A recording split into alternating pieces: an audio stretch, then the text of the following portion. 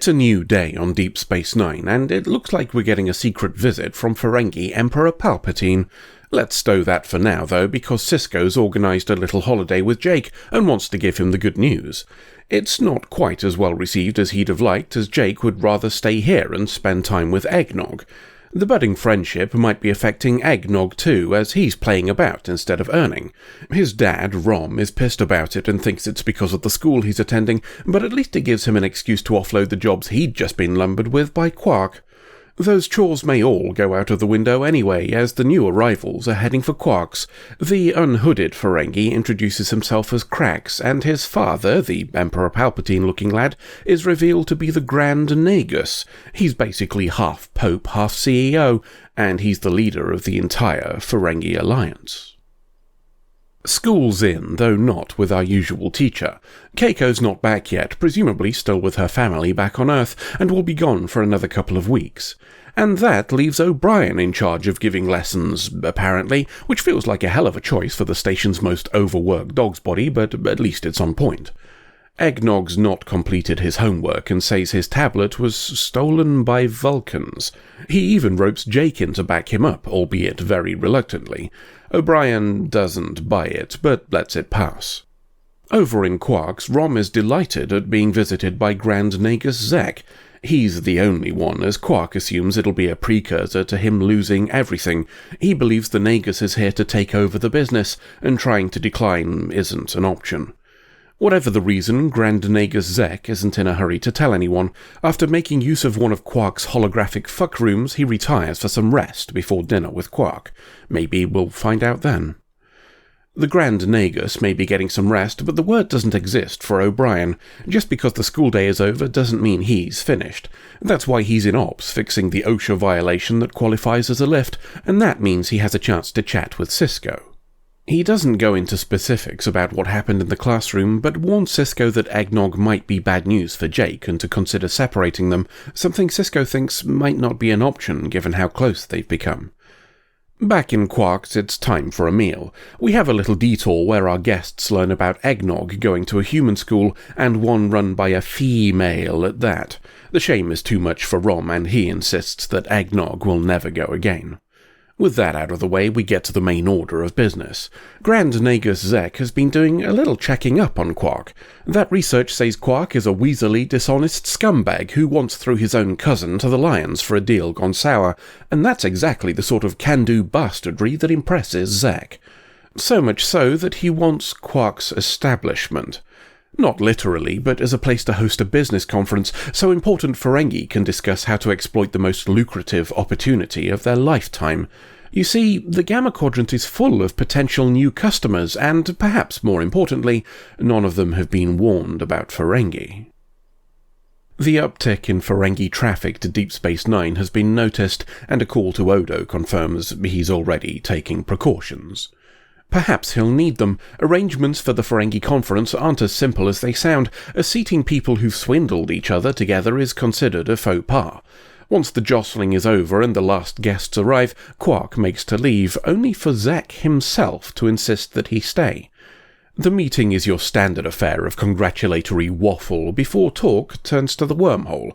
Beyond it lies a vast new pasture filled with cash cows ready for milking, and they're all delighted by the idea of being able to rob new people. It's a potential golden age for the Ferengi Alliance, and one that will need a great leader. And that, we learn, is the real reason why Zek is here. He's done plenty of disreputable bullshit in his day and enjoyed it all, but this is going to require someone with fresh energy. That's why he's chosen his successor, and, much to the loud objections of all gathered, he settled on Quark. It's breakfast time in the Sisko quarters, though Jake hasn't much of an appetite. Eggnog and he had an argument yesterday, prompted by Rom taking Eggnog out of school, mostly because they were both pissed off about it and didn't know where to direct their anger. Sisko's mostly non-committal, but says that humans and Ferengi usually struggle to find common ground. He tries to distract Jake, possibly to let the idea of not being Eggnog's friend cement in his mind if we're being ungenerous, but Jake declines. He has something to do. Other people are busy today too. Quark's trying his new position on for size and likes it, especially the bit where someone tries to toady up to him. He likes it somewhat less when the toady starts talking about how dangerous it is to be Grand Nagus, and distinctly dislikes it when the conversation becomes a thinly veiled threat if the toady doesn't get all of the tastiest gigs in the Gamma Quadrant. Just as well, Quark has his predecessor around to offer a little friendly advice. It essentially boils down to don't trust anyone and be a complete bastard, but that's just basic business. He waits for some guidance that'll be a bit more useful in the current circumstances, a wait unlikely to end any time soon, as it would appear that former Grand Nagus Zek has just carked. We're at Zek's funeral, and Quark's trying to get Rom to be his bodyguard. Rom had other plans, though, assuming that he'd take over the bar, and doesn't appreciate Quark laughing in his face at the idea. Odo joins the service, though not to pay his respects. Someone's done a deed on his watch, so he's here to investigate, and that's going to be a bit of a problem. Ferengi don't let a little thing like death get in the way of turning a profit, so much so that when somebody important dies, their corpse is turned into powder and portions sold as trinkets, which is clearly going to make an autopsy a touch difficult. At least Jake's having more luck. He's hanging out with Eggnog on the promenade, and the two have decided to remain friends. Jake's even had an idea, and the two leave together. Let's hope their day goes better than Quark's, as reaching down to grab a dropped coin is the only thing that prevents him from getting kaboomed by a flying bomb. The investigation suggests it was a Ferengi firework, and one tuned to home in on Quark specifically. Quark initially resists all questions on the topic, but Odo wears him down. He concludes that Zek's son Krax has the most to gain, as he'd become Nagus, but both he and the toady who threatened him were at the funeral, so couldn't have set the firework. There was one person not at the funeral, though, the tall lad who was a servant and constant shadow of Zek, which is very odd indeed, as his people are known for their loyalty. Maybe he was busy giving lessons to Jake. At breakfast the next morning, Sisko asks Jake where he was until late last night. Jake says he was with Eggnog, but won't go into details about what they were doing, as he says it's private. Sisko sounds like he's reaching the limit of his patience, but lets it go for now. Let's catch up with Quark. As Grand Nagus, he's in charge of deciding who gets what opportunities in the Gamma Quadrant, which is why he's currently being petitioned by one of the people who reacted badly to him being named Nagus. He takes the opportunity to be a bit of a dick about it, possibly to improve his cut of the profits, but ultimately agrees to the venture for half of everything made. He's been making rather a lot of deals recently from the sounds of things, and gaining some powerful friends along the way, all of which makes Krax and Rom conclude that they'll have to try harder the next time they try to kill him. Jake's not back for dinner. Dax pops in for a social call and finds Sisko proper fucked off. Based on the experience of her past lives, she thinks he should go find Jake and put his foot down, though she may just be saying that so she can nick some of his stew once he's gone. The computer tells Sisko that Jake's in a cargo bay, and he manages to get close without alerting them. We find him with Eggnog teaching him how to read, and Sisko leaves without saying a word. Elsewhere, Rom's strangling Quark. Not really, of course, as he's just helping him dress. He needs to look his best for a trip through the wormhole, one to conclude a deal that Grand Nagus Zek had started organising. Weird that he never mentioned it, thinks Quark, but maybe it slipped his mind after all of that time in one of Quark's fuck rooms. Before they leave, Rom asks him again about the bar. He's giving Quark an opportunity to change his mind before anything unfortunate happens, but Quark doesn't know this, of course, and tells him to bollocks. Looks like Odo's realised something's kicking off as he's watching the tall lad of Zek's leave the promenade, and Quark seems to be going the same way, flanked by Krax and Rom. They arrive at an airlock and Quark goes in, only to find no docked ship. The reality sets in a few seconds after the inner door closes behind him, and no amount of pleading changes the minds of Krax or Rom. What does change their minds is the reappearance of Grand Nagus Zek, along with Tall Lad and Odo, the latter of whom opens the door for Quark. Explanation time, and Zek says he did this whole thing as a test to see if Krax was ready to take over so he could retire. He's very disappointed in the way Cracks handled things, not because he was willing to kill Quark, but because it was all so loud and messy. The proper Ferengi way is to quietly usurp power from your predecessor via methods that have plausible deniability, and Crax's actions mean he's nowhere near as deviously underhanded as he needs to be to do the job right. For now, Zek will have to remain in charge.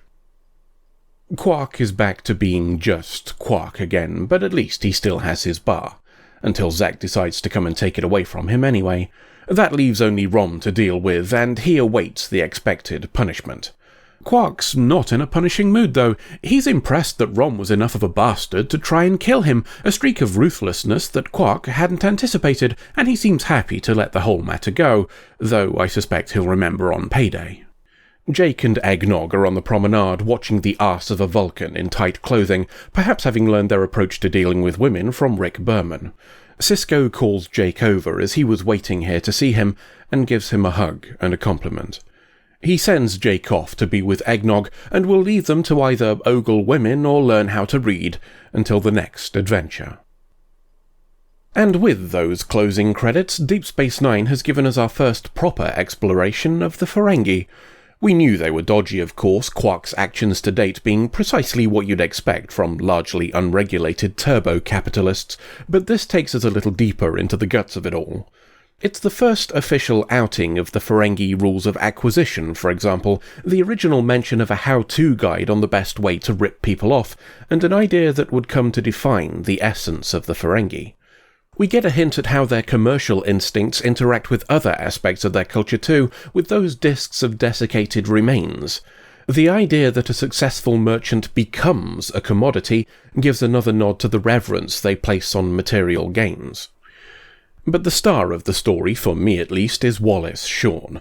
I'll openly admit I'm a bit biased on that one, as I think his portrayal of Vicini in cult 80s film The Princess Bride is a good 50% of what makes it enjoyable, but what he brings to this episode is a pure distillation of the Ferengi spirit, and everything you'd expect from their head bastard. The mannerisms, the cantankerousness, the sleaze, that whiny laugh. They all contribute wonderfully to making one of Trek's most likeable scumbags. That's enough fan service. Let's look at the rest, shall we? Rom gets a good shake of the stick in this one, and it's arguably the first episode where we see who he is. There was interaction between him and Keiko in A Man Alone, but that was all basic Ferengi stuff. This is where we start to see him have his own unique personality, and the nature of the relationship between him and Quark. Jake and Eggnog got a little more fleshed out in this one as well, so that we see them as more than just kids playing pranks, and it sets up the basics for them becoming a double act for the foreseeable future. Showing the friction between Sisko and Jake when the latter pushes boundaries also makes them both feel more relatable and likeable in the process.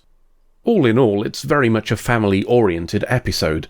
I've got plenty of time for that myself, as I think those are a good way to explore characters. If that's not your bag, though, then you might come away from this feeling a little underwhelmed. That said, if character development isn't your bag, then, frankly, you're watching the wrong Star Trek series. End of episode. So, is this it then? What? Is this it? Deep Space Nine, I mean, is it just this room? Of course not. This is a space station. It's significantly bigger than Voyager was, though, because most of its corridors and rooms were built to a standard template. They look so similar that a casual observer might think they were looking at exactly the same set, just from different angles. What a logical and entirely well-reasoned argument, and one that helps eliminate any potential judgment from cynics in the future.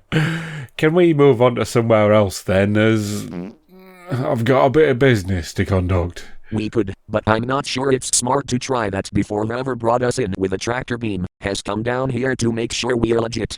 We don't want to piss off the security systems after all, especially when the Cardigans don't dick around with things like that. Oh, you reckon that'll take long?